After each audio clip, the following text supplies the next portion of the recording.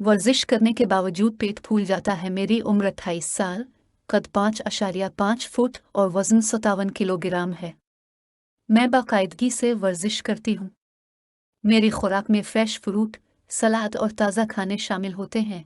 इसके बावजूद मेरे पेट में गैस भर जाती है और पेट फूल जाता है। मुअस्सर इलाज तजवीज़ कर दें।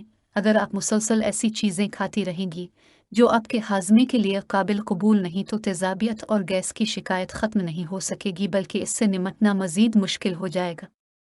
सबसे पहले आप ये जानने की कोशिश करें कि वो कौन से चीज़ें हैं जिन्हें खाने के बाद आपकी तकलीफ़ में इजाफ़ा हो जाता है। इस मसले को हल करने के लिए आप अपनी खुराक में पिल्स शामिल कर सकती हैं, जिससे आपके निज़ाम में मुफीद बैक्टीरिया की मिकदार बढ़ेगी और सिर्फ आपका हाजमा ही नहीं बल्कि सेहत भी बहाल हो जाएगी। उन्हें इस्तेमाल करने से कोई मीठी चीज़ खाने की शदीद ख्वाहिश पर भी काबू पाया जा सकता है। आपकी भूख बहुत रहूगी और उसके साथ आपके मूड पर भी अच्छा असर पड़ेगा। आप अपने खाने के साथ 3 OMEG फैटी एसिड 1000 मिलीग्राम लें। ये आपके निज़ाम को दुरुस्त करने में फ़ायदेमंद साबित हो सकती है। वज़न कम करने के लिए सबसे बेहतर यह है कि आप अपनी खुराक में प्रोटीन की मिकदार बढ़ा दें। मसलन अखरोट, बादाम, अंडे और मछली इस्तेमाल करें। कार्बोहाइड्रेट से भरपूर खाने आप इसी वक्त इस्तेमाल करें जब आप किसी एक्टिविटी में मसरूफ़ हों।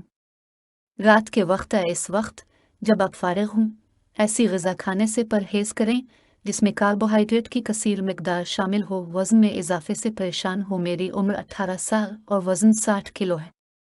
मेरी अक्सर ग़िज़ा सब्जियों पर मुश्तमिल होती है, इसके बावजूद मेरा वज़न बढ़ रहा है।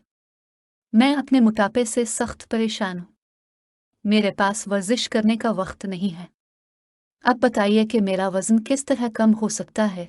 ज़्यादा सब्जियां खाने का यह मतलब नहीं होता कि आप मुतवाज़िन और सेहतमंद खुराक इस्तेमाल कर रही हैं और इसलिए आपके वज़न में इजाफा नहीं होगा।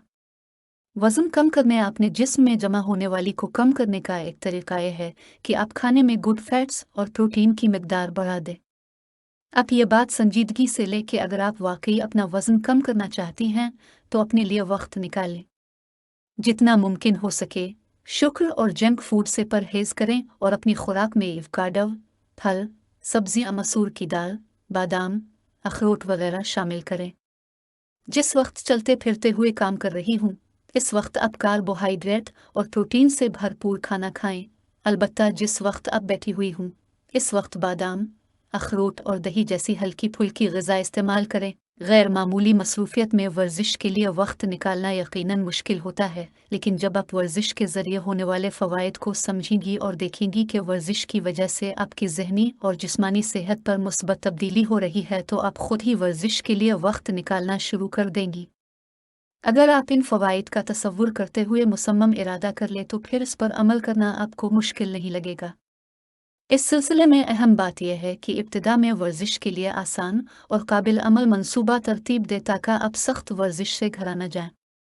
फिर जैसे जैसे वर्जिश करने के फ़ायदे आप पर ज़ाहिर होंगे तो आप खुशी खुशी इसके दौरानिये में इजाफ़ा करती चली जाएंगी। खुद में आने वाली मुस्बत तब्दीलियाँ आपको मज़ीद आगे बढ़ने का हौसला देंगी।